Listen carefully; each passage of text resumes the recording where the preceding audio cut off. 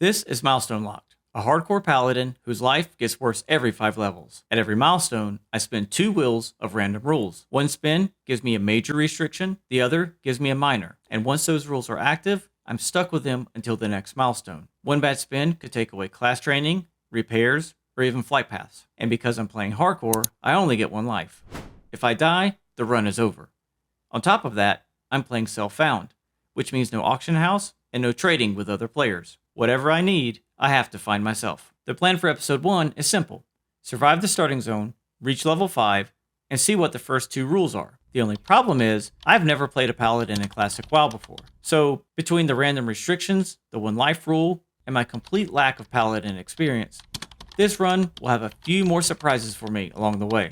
And before we get going though, I do need to make one small adjustment and turn off automations. That might seem minor now, but if the wheel tells me I can't repair, sell junk, or use certain vendors, I don't want one accidental click ruining everything before we get started, so let's knock this out. And our first real task was simple. Help Stin gather 8 pieces of wolf meat. Along the way, we picked up a pair of chain boots and gloves. Not a huge upgrade, but this early on, I'll take anything I can get. Before too long, the final piece of wolf meat was secured. After turning that in, the starter zone opened up a little bit. Okay, we need to find the paladin trainer, deliver some letters by the lake, and kill a dozen trogs. So we've got our list in hand, and let's head out. Okay, 1 trog down, 11 more to go. Oh, wait a minute. Someone's already died here. I'd love to see a replay of how this went down. All right, well, while they are creating another character, we're going to push on. So I kept clearing trogs, picked them off one at a time, and after the last one went down, we headed back for our new belt. All right, 20 armor. I'll take that. Thank you, thank you. All right, next let's go to the paladin trainer and see what spells we have to train. Okay, 40 experience for turning that in. Nice.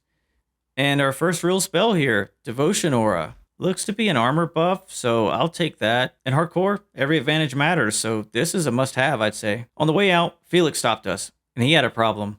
A group of trolls had taken his tools. Now we have a second objective. Help Felix clear the troll area and get all this done before level 5. Because level 5 is when the wheel is going to get involved. Before taking care of that though, I made a quick stop by the lake to deliver the letters, grab some easy XP, and pick up another quest to kill boars in the area. I guess we can group with this guy and make this go a little bit faster. So I helped him finish the quest before turning it in myself, and then we ran into the first true enemy of Classic WoW. You know it. Bag space. My inventory was already full, which is a problem because self-found means every item matters a little more, and I'm not looking to pick up tailoring just to make my own bags. So I cleaned some room, turned in the quest, picked up an upgrade, and got another clean chunk of experience. Now, it was time to head into the troll area and get Felix's things back. The main thing I wanted to test here though was the aggro range. I'm not trying to be the second body we see here in the starter zone. That would be a tough legacy for episode 1. The trolls were falling over pretty easily, but I didn't want to get too comfortable. Hardcore has a way of letting you feel safe right before it humbles you. My first experience with hardcore left me dead at level 11 because I went AFK in an area I thought was safe. This next pool looked a little sketchy though. There were 3 mobs close together and I wasn't completely sure if all of them would pull at once. So we took it slow. Okay, alright, only 1 pulled. That is perfect. He went down easier than I thought he would. Then the second one pulled by himself too. So far, this quest was going just about as cleanly as I thought it would. The last piece we needed was a bucket of bolts, which I grabbed immediately.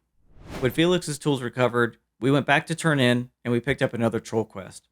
This one mattered because the reward was a noticeable weapon upgrade. And before the wheel starts making my life worse, I want every advantage I can get. Then we picked up a timed quest, and we had 5 minutes to complete it. So while the timer was running, I turned in the quest to Felix, emptied my bags, and picked up the return quest that would send us right back to where we already needed to go. Before leaving though, I made one more important stop at the trainer. We were extremely close to level 5, and if the first rule blocks class training, that could get ugly fast. So I trained Blessing of Might and Judgment while I still had the chance. We barely had enough money for both, so all that junk in my bags was really paying dividends right now. And then it happened.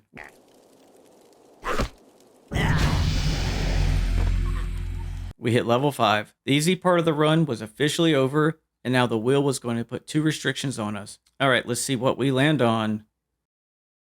Okay, we got no combat consumables and must repair only once per level. Honestly, that's not too terrible.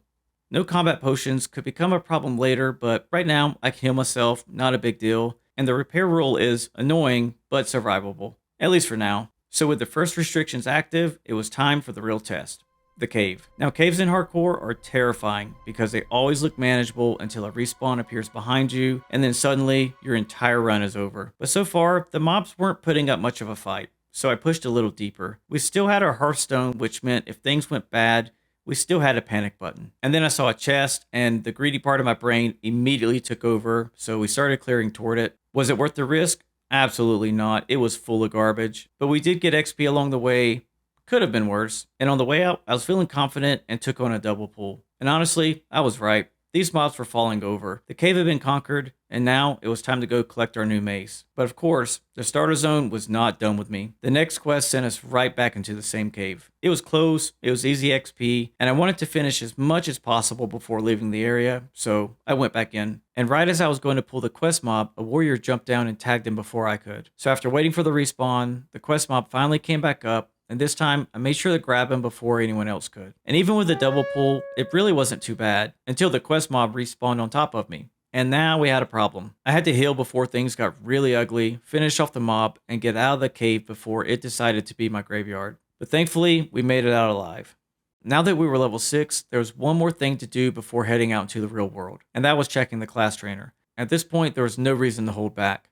If I can train it, I'm going to train it before the wheel locks it down. Before too long, we made it to Keranos. For the next few levels, this is going to be our new home base. So the first thing I did was take a loop around the town, pick up every quest I could, and set my Hearthstone. And then I realized I had already missed a quest back in the starter zone, which is a great start. So I made the quick run back, grabbed the quest, and then used my Hearthstone to return back. And at my age, that's what I call high IQ gameplay. There should be enough mobs along the road to start knocking out some of these objectives where we have to loot this, kill that. The problem is, these wolves, they were hitting a lot harder than the starter zone mobs. One wolf was fine. 2 wolves, that's where things got a little dicey. Luckily though, I can heal myself, because without that, this probably would have been a very short episode. And even though one of the rules says I can't use potions, that does not really matter, because at this point, I haven't even looted any potions. And after that close call, I told myself I needed to start playing a little safer. But then, immediately after that, somehow I ended up finding a bear and a wolf at the same time. So clearly, the lesson did not stick.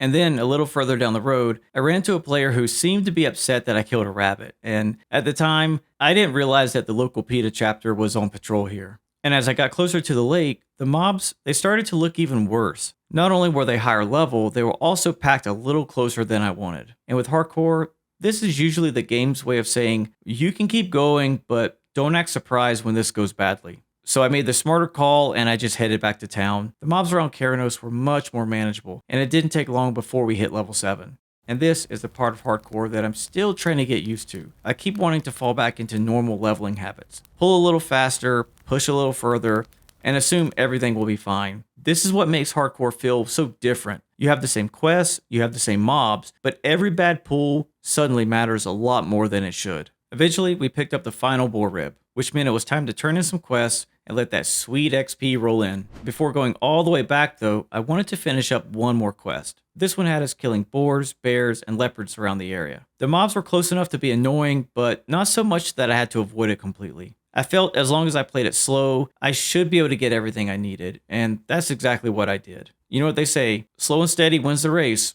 or something like that. At the end of the day, we got the kills, hit level 8, and made it back to town in one piece. Back in Keranos, I found the cooking trainer and picked up cooking. I feel like cooking could be pretty important for this challenge. Not just because of the food though. Certain foods give buffs, and buffs I like. And with the wheel deciding what I can and can't do, I'm going to take every small advantage I can. And with cooking handled, I also needed to think about real professions. And for this character, mining and blacksmithing made the most sense. I don't know how realistic dungeon runs are going to be, and relying on quest rewards and random drops for gear, it feels like a gamble. At least with blacksmithing, I have some control over my own gear. At this point, I was starting to feel pretty locked in, so naturally, it was time to do something questionable. I wanted to finish the quest to collect 8 mains. The only problem is, most of them were inside of a cave. But I'll give this server credit. There were a decent number of players already in the area, so I was hoping with that many people inside the cave, nothing stupid would happen. And I also thought these mobs were going to be a little higher level, but honestly, they were not putting up much of a fight. Before too long, we had all 8 mains, but the XP was good. The cave felt controlled, and for once, things were going pretty smoothly. So I stayed a little longer to get some easy XP. That ended up being the right call. but my bags were starting to fill up, which meant it was time to head back to town. And I still needed to find the mining and blacksmithing trainers. Back in Keranos, we found the trainers, picked up mining and blacksmithing. I also had realized I'd forgotten to stop at the class trainer, so we took care of that too. We trained Parry, Purify, and Hammer of Justice. And then we hit our first copper vein. There's just something about seeing that first copper node that never gets old. With mining unlocked, I stayed nearby, grinded a little more,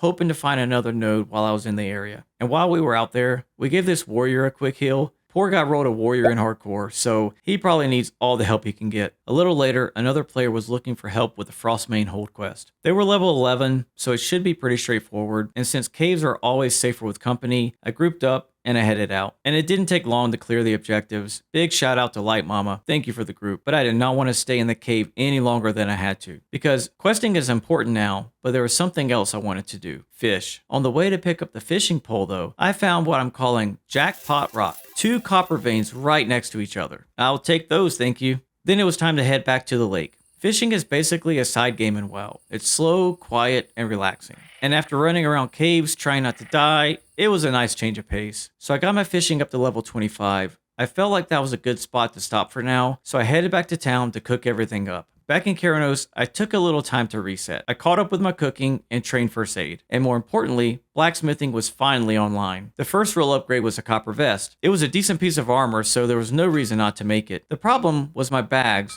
again. I had still not gotten a single bag drop. And at this point, the lack of space was becoming one of the biggest problems in the run. If this keeps up, I'm going to spend half the challenge walking back and forth to vendors. So eventually I need to make a trip to Ironforge for a bank run. But for now, break time was over. It was time to kill some trolls. And that is exactly what I did.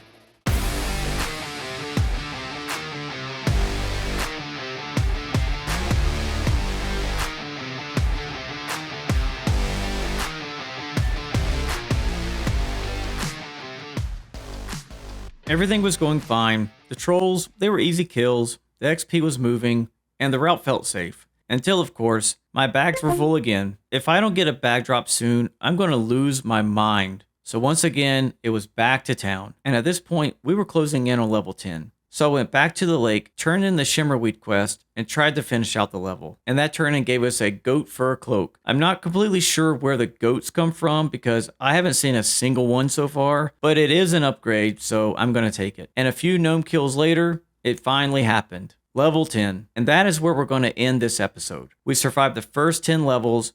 We got through the first 2 restrictions. We picked up professions, got a bit of gear, and made it through multiple caves without doing anything stupid. But now, the wheel gets involved again. So next episode, we're spinning for 2 new rules.